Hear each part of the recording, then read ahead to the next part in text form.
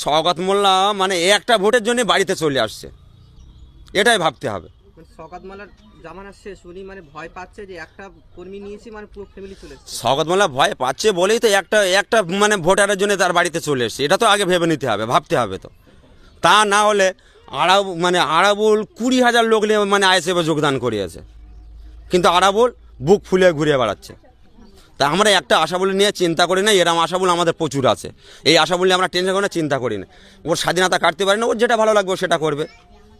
আপনারা কি এখন আইএসএফ করবে নাকি টেনসিটি ভাইয়ের মতো চলে যাবে? ইনশাল্লাহ আমাদের ভাইজান যতদিন আছে ততদিন আমরা আছি, আমরা আইএসএফ করবো, আইএসএফে আছি, আইএসএফ করবো, যতদিন আইএসএফ থাকবে আমরা করবো। কি বলবেন, কালকে দেখলাম আপনারই ফ্যামিলির এক ভাই আইএসএফ থেকে টেমসিদি গেছে, এটা কি সত্য? এবং ওখানে বলা আছে যে আপনার ফ্যামিলি সবাই, আপনার পুরো ফ্যামিলিটাই কিন্তু আইএসএফ থেকে টেমসিদি গেছে, এটা কি সত্য নাকি মিথ্যাচার করা হচ্ছে? কালকে আমি প্রথমে আমাকে একটা ফোন আসে, ফোনটা ধরলাম, ধরে আমাকে বলছে যে কী ব্যাপার, তোমার একটা ভাই নাকি টিএমজিতে জয়েন করলো। শওকত মোল্লার কোথায় না কোন জায়গায় এটা আমার সঠিক জানা নেই। তারপরে শোনার পরে আমি দেখলাম যে হ্যাঁ সত্যিকার ঝান্ডা ধরে ওকে মানে জয়েন করিয়েছে। যে একটা মিথ্যাচার করছে যে আশা আমার ভাই, যে আশার বাড়ির আমাদের বাড়ি 50টা ভোটার আছে, 50টা ভোটার নিয়ে যেও আইএসএফ থেকে টিএমজিতে জয়েন করিয়েছে। এটা মিথ্যাচার করছে, ফালতু কথা, এসব গুজব ছড়াচ্ছে। আশাবুল ওর স্বাধীনতা, ওর টাকার লোভে গেছে, কী কারণে গেছে সেটা ওই জানে। অত এটার মতো হতে পারে, হয়তো ওকে টাকার লোভ দেখিয়েছে, টাকার লোভেও গেছে। তা যাই হোক, একটা ভোটারের জন্য শওকত মোল্লা একটা এমএলএ, একটা ভোটারের জন্য আশার বাড়ি ছুটে এসছে, তাহলে শওকত মোল্লা কোন জায়গায় পৌঁছে গেছে এটা ভাবতে হবে। আর আশার নিয়ে এত কিছু হচ্ছে, এত হচ্ছে। আরাবুল 20,000 লোক নিয়ে আইএসএফে যোগদান করিয়েছে। আশা বলতে আশাবুল, তাহলে আরাবুলির ওজন আর আশাবুলির ওজন কি এক হবে? এটাই হলো আমার কথা। আশাবুল কি কোনো আইএসএফ এর কোনো কর্মী না উনি কোনো দায়িত্ব আছে? আশাবুল কোনো কর্মী নেই, কোনো দায়িত্ব নেই, আশাবুলে কোনো মত পথ কিছু নেই। ও হঠাৎ দুদিন মানে আমাদের ভাইজানের যখন নাম ডিক্লার হলো, হঠাৎ দুদিন আমাদের সঙ্গে ঘোরাঘুরি করলো, একটু খিড়ি বিড়ি খালো, খেয়ে একটু রং ফাং মাখলো, মেখে আমাদের সঙ্গে চলাফেরা করলো। হঠাৎ দেখছি সেই আশাবুল মনে হয় টিএমসি ঝান্ডা লেগেছে। অথচ মানে ও টিএমসি পার্টি করতো এর আগে, 21-এর পরের থেকে 21-এ আমাদের সঙ্গে মানে বিধানসভায় ভোট করিয়েছে, এটা সত্য কথা। 21-এর পরে ও টিএমসি ছিল, টিএমসির সঙ্গে যোগাযোগ ছিল, সব ছিল।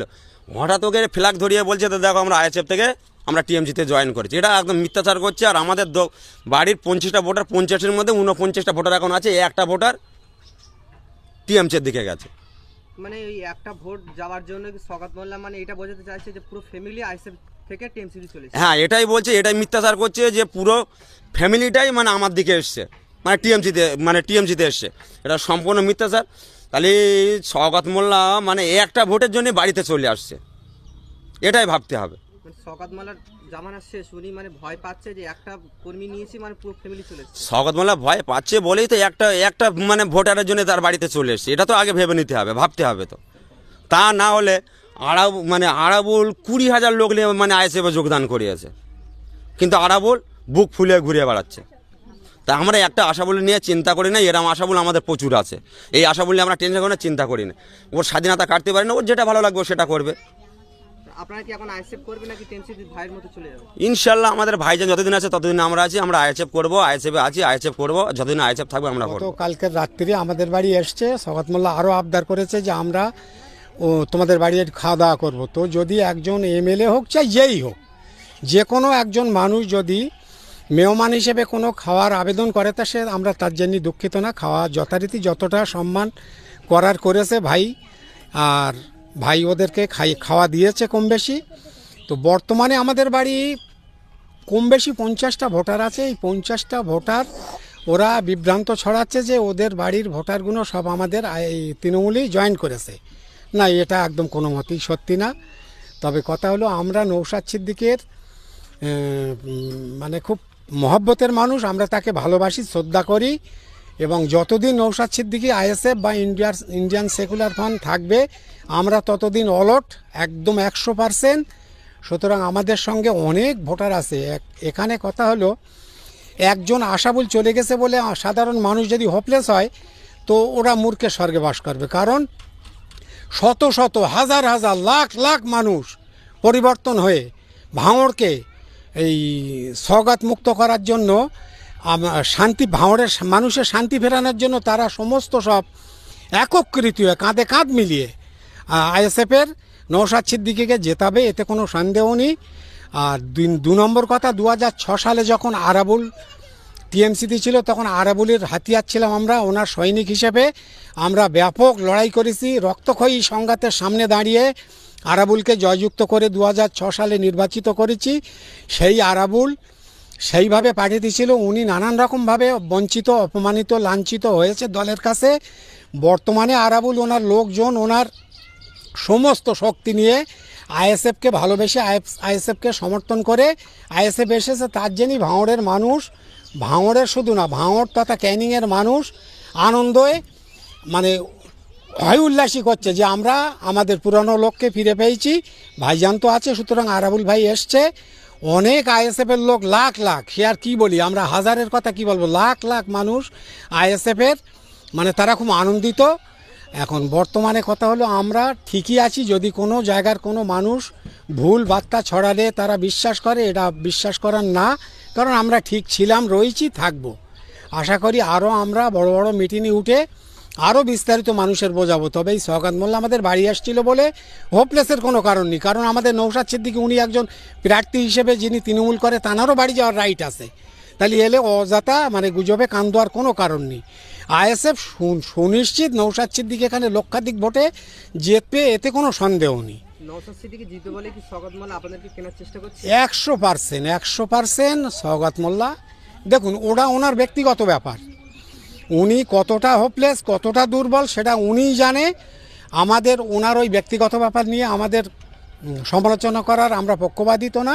তবে এইটুকু কথা হচ্ছে সওগাত মোল্লা কোনো না কোনো চাপে আছে, ভয়ে আছে যে আমি হেরে যেতে পারি 100%।